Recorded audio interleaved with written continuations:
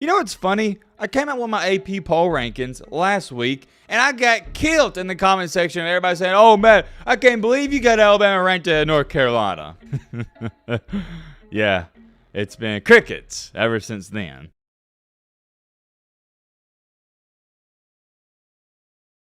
First things first, let me just say this because I know what every single one of you are sitting there saying. Yo, Matt, what took so long? Why is it taking so long for you to upload the Week 8 recap? My friend, that's a great question. I have an even better answer. It's because early this morning, I was watching a bunch of film, and I had a lot of film to catch up on because I couldn't watch all the games. Saturday, there was too many good games going on at once for me to watch them all, and I do like to do some film study, and it just took longer than normal. To go along with that, there were some other personal things I was having to take care of on this Sunday as well. I did want to throw that out there, though, in the intro, just in case you guys were curious, and I do apologize, it is going up extremely late. But rather less, late, early, whenever, it's still going up. And man, oh man, I think it's safe to say I thought long and hard about this, but Week 8 was, I don't even think it's close, the craziest week up until this point. And the reason I think it was so crazy and so good is because how many close games. There was a lot of not just quality, but quantity. You see, that's the difference, and it's what made my film study take so long. I don't got time to waste, you don't got time to waste. Without further ado, let's start talking about these games. Starting out hot at 11 a.m., you probably noticed we didn't do a live reaction for this game. There's a reason.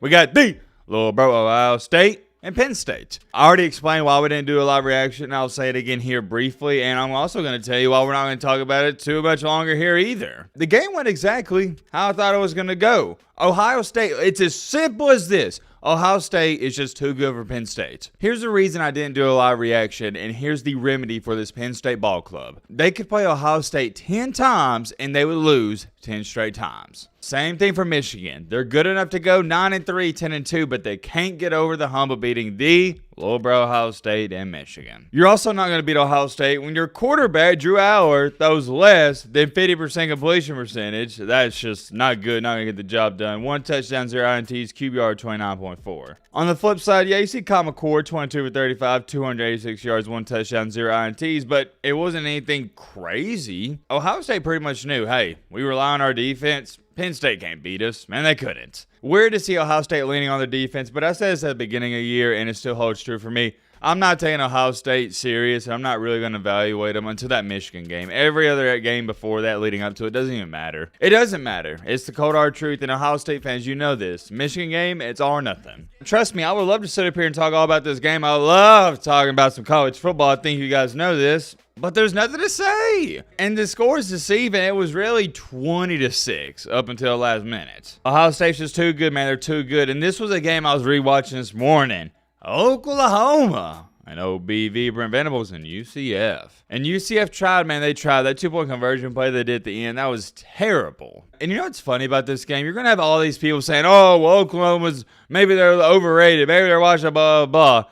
Dude, if you honestly believe that, you're a casual. And we'll talk about that when I talk about my AP poll rankings. Because guess what? I still got Oklahoma really high, higher than most. And a lot of people are saying, well, Matt, Oklahoma struggled with UCF. Okay, you're right. But last time I checked, every single national title winner, not just contender, has always struggled, and some have even lost a game they should have won. Every single national champion has a game like this where you're playing a team where you're favored by 20 points and you struggle with them, home or on the road. It's going to happen, and me personally, I don't think any less of Oklahoma. I really don't. Because you also got to understand UCF had nothing to lose in that game. They're letting their nuts hang. It was their Super Bowl. Moving along here, well, what do you know? I got to bring them up because you'll know how pissed I got when I saw Iowa was back in the top 25. Looky here. Iowa loses a nail-biter. Classic Big Ten nail-biter. 12-10. 12-10. Buddy, it's not 1954. It's 2023. 12-10? Come on, man.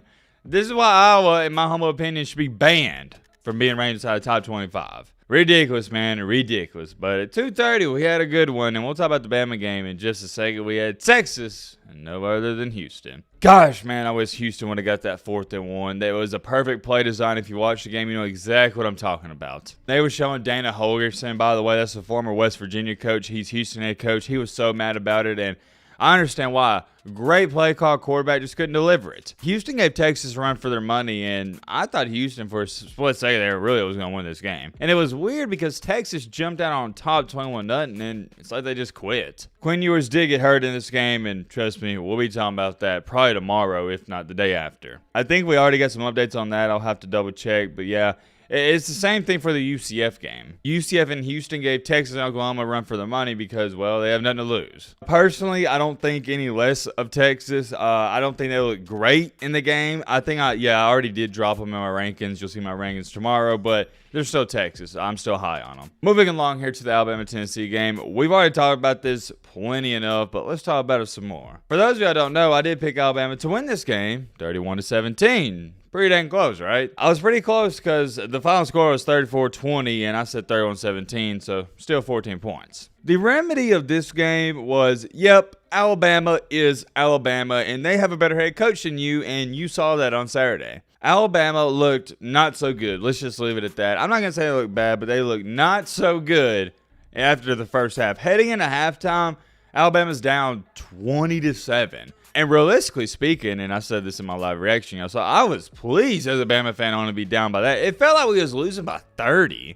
It was a weird game to watch because it really felt like we shouldn't have been in it, but we were, and you give us hope, it's a dangerous thing. Coming out of the break down 20-7, all we do is go on a 27-0 run to close the game. Heck of a performance by my team, and I can't tell you enough how proud I am of these guys, just showing resiliency yet again. It seems like that's the narrative of the Alabama team, and I think we're starting to find our identity. Against Texas A&M, losing at halftime. Come back in the second half and pretty much dominate. Same thing here. This Alabama team is not the greatest Alabama team I've ever seen, and they're nowhere close to it. But the one thing I love about this team, and it's all you can ask out of your guys, is they give it 100% effort, they don't give up, and they're trying their best. And I know it's kind of cliche and corny. It's saying, oh, well, my team, I just want them to try their best. You know, like when your parents are like, go out there and try your best. But seriously, it means a lot to me as a fan. At the end of the day, of course, I want to win the game, but as long as we go out there, give 100% effort, I can sleep easy at night, win or loss. Or a loss. Matt,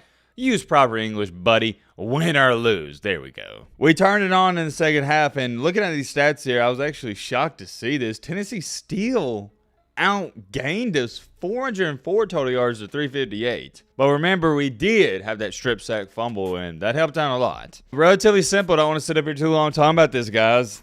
Alabama's defense has carried us all season long, and they're continuing to do so. Scrappy bunch of guys were just finding ways to win games, and that's all that matters. Survive and advance. Every game for Alabama is a playoff game. Ever since the Texas game, every single game is a playoff game. On the flip side of the ball, though, for old Bobby Hill, well, first things first, Tennessee fans, how you feeling about this? Because at this point in time, you got to be thinking like, man, we might only win 8 games this year. Maybe. Because you play Georgia, and I'm just going to say right now, you're not beating Georgia. There's no way I'm picking you to beat Georgia, and nobody is. So that's a guaranteed loss. Next week, you play Kentucky, but you also play a team that everybody slept on in the offseason, Missouri. We're not here to talk about the future of Tennessee football, but it's going to be interesting to see how their season plays out. I know they're only 5-2, and to give you some context and perspective, I live in northern Alabama, about 20 minutes from the Tennessee state line. So I'm around a bunch of Tennessee fans, and the fans around here, at least, they're not happy. I wouldn't say they're pissed off or mad, but they expected more. I think they're slightly disappointed in this season, and I get it. There's no excuse to be up 20-7.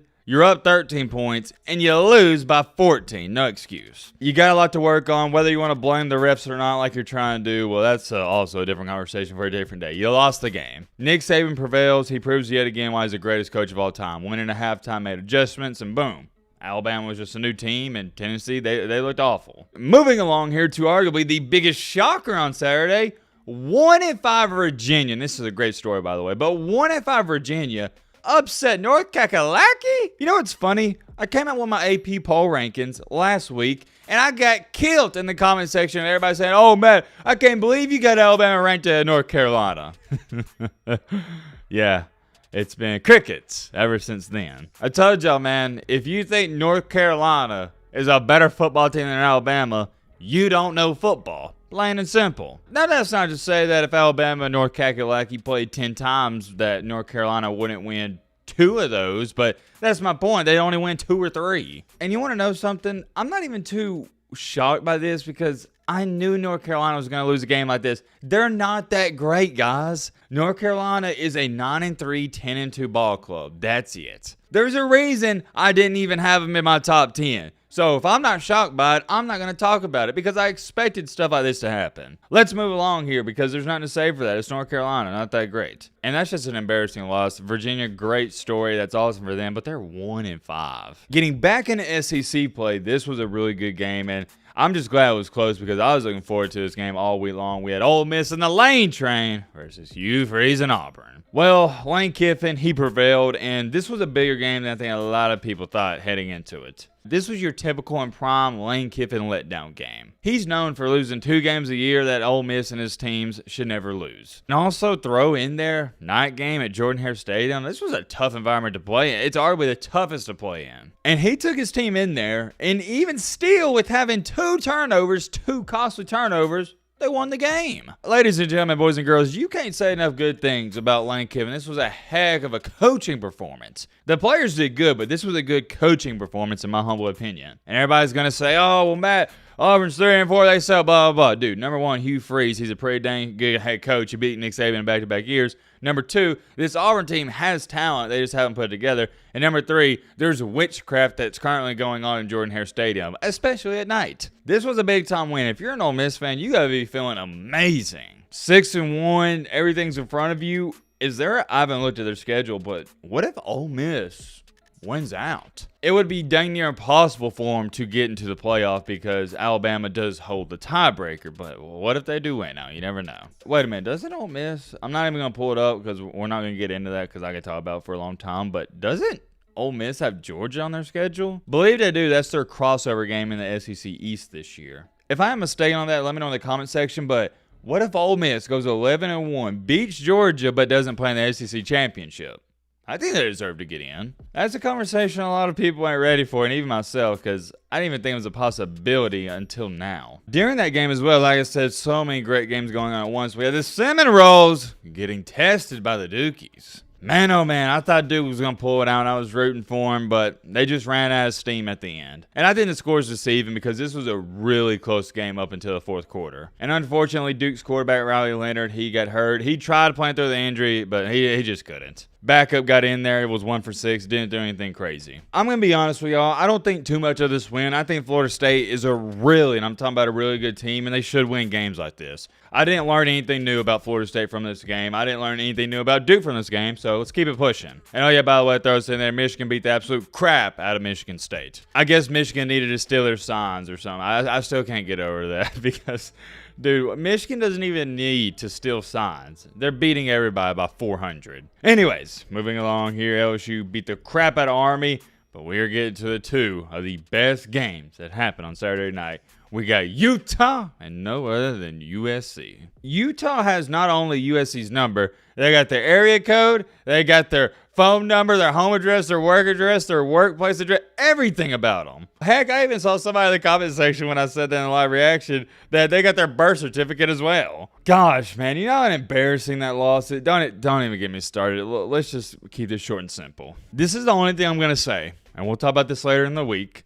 USC allowed 482 yards to a Utah team that has been quite awful on offense this year. They haven't seen much offensive success at all this year outside of this game. And Utah, with a former walk-on quarterback, hanging 34 on your dome. Guys, I hate repeating myself. As much as I love talking to y'all, I hate sounding like a broken record player. USC, same story, new weekend. Offense, great, played good, whatever you want to call it. But the defense was awful. And it seems like I'm a broken record player because I say this week after week after week. USC's getting exposed. But you know who really got exposed in this game? Lincoln Riley. We'll talk about that in this week as well. And I thought that was going to be the last good game. But guess who stayed up till 2:30 to watch this one? And I'll let this be known right now. Washington is lucky. Arizona State sucks. Arizona State really should have won this game. They're up 7-6 late in the 4th quarter on Washington's, 20-25, and their quarterback throws a pick 6 on, I think it was 4th and 3. And the only reason they were going for it on 4th and 3 is because they don't have a field goal kicker. Keep in mind, while Arizona State was up 7-6, they already missed 2 field goals previously. So if they would have just made their field goals, Arizona State would have won this game. And my biggest takeaway from this game, and I watched it from start to finish live Saturday night, is Washington. Like I haven't been high on them all year long, and this is why. I think a great defensive team can shut them down. And Arizona State, not even just not a good defensive team, but not a good football team. They're 1-6, arguably one of the worst teams in the country. They clamped them up. I told you I wasn't high on Michael Penix Jr., and this is why. Granted, you won the game. That's all fine and dandy, but you are fortunate to win this game. You played like crap, and you better be thankful it was against Arizona State. There's many more things I could say. It's late. I want to try to make this as short and as sweet as possible because I do want to get it up for you guys. Let me know your thoughts down below. But,